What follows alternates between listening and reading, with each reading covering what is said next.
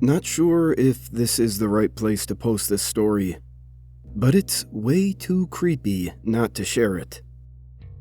A friend of mine was at my house, browsing the dark web with Tor. Don't ask what he was doing there. When he came across a site that supposedly showcased banned content from the regular web, like gruesome crime scene photos and such. Anyway, he searched around for a while when he came across a story with an audio clip that he thought looked cool. So he started listening, figuring it would be nothing special. Until he heard it.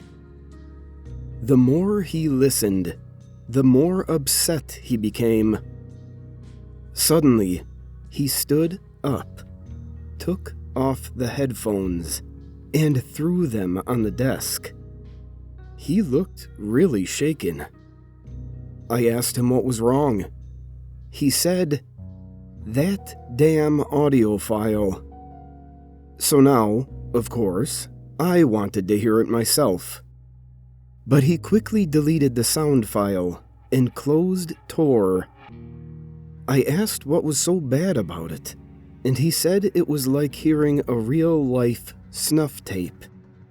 Only this was an entire group of people, including young kids. I said it was fake, and he yelled back, "No, this shit is totally real." He quickly left, but forgot he saved the story. So I sat down and read it. This is the actual text, copied and pasted exactly as is. A real creepypasta.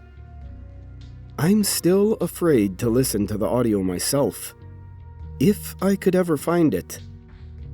I did find a short movie based on the tape that shows a police photo of the real tape, and it even plays a tiny piece of the actual audio at the end. It gives the town a fake name and changes some of the other stuff too. But doesn't matter. It still sends shivers down my spine every time I watch it. Supposedly, the actual tape is much more disturbing. The Dark Afternoon Incident. Real or Hoax? Editorial by Associated Press. For immediate release. As a journalist, I've investigated everything from political corruption to celebrity scandals to international cybercrime. But never have I come across something so bizarre and deeply disturbing as a simple audio tape. I received it at work from my late aunt's estate, whose possessions were divided amongst remaining family members after her death. Of everything she had, only one item was personally requested to go to a specific family member: me. It was a small box containing a tape labeled The Dark Afternoon. I could not understand why she wanted me to have the tape and no one else. Underneath it, I saw a note scribbled in her handwriting. My aunt wrote that the tape was an actual emergency recording made from the dispatch unit at the small town police station she once worked at in the early 1970s.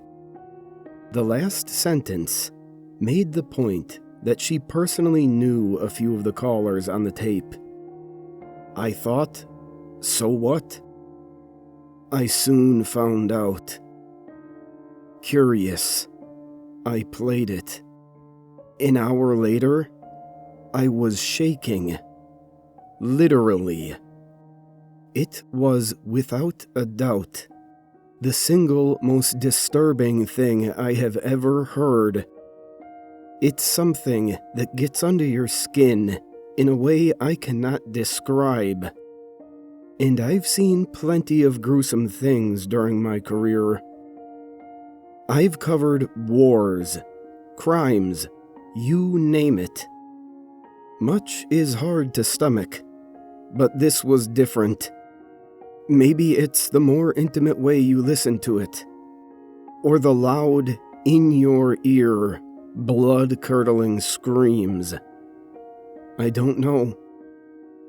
It begins with harsh static, which is broken by a call from a citizen of the tiny town, which I will not name here, to report a dark, featureless form was outside their house, standing there, watching, unmoving.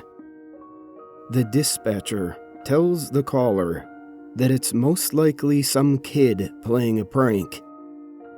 When a knock sounds on the caller's front door, here, the line goes dead.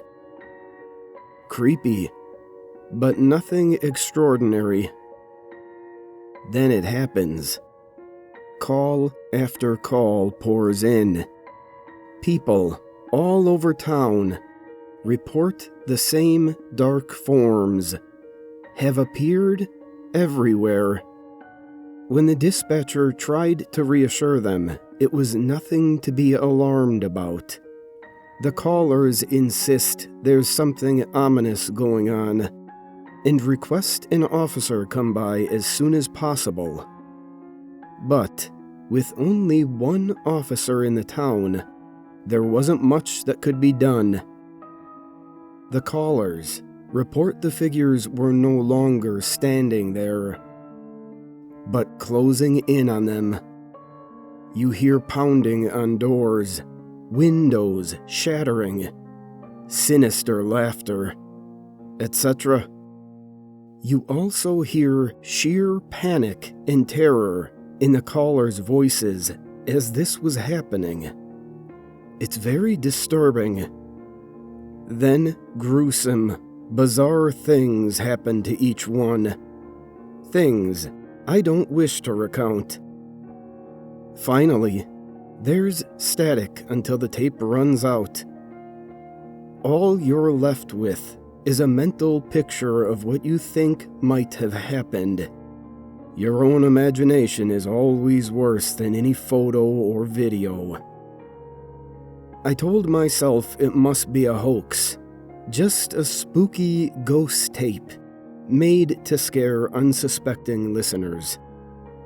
As a journalist, I know there's no way a town in 20th century America besieged by ominous things, resulting in numerous deaths, would not make the news. Then a thought occurred to me. Could it be real?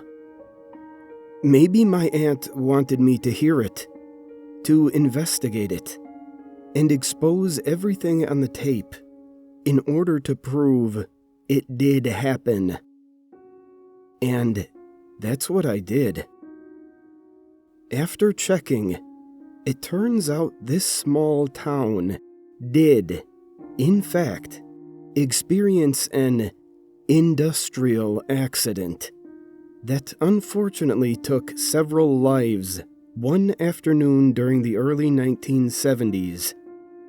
Friends and family were told by authorities that the bodies of the victims were contaminated and not able to be claimed for burial.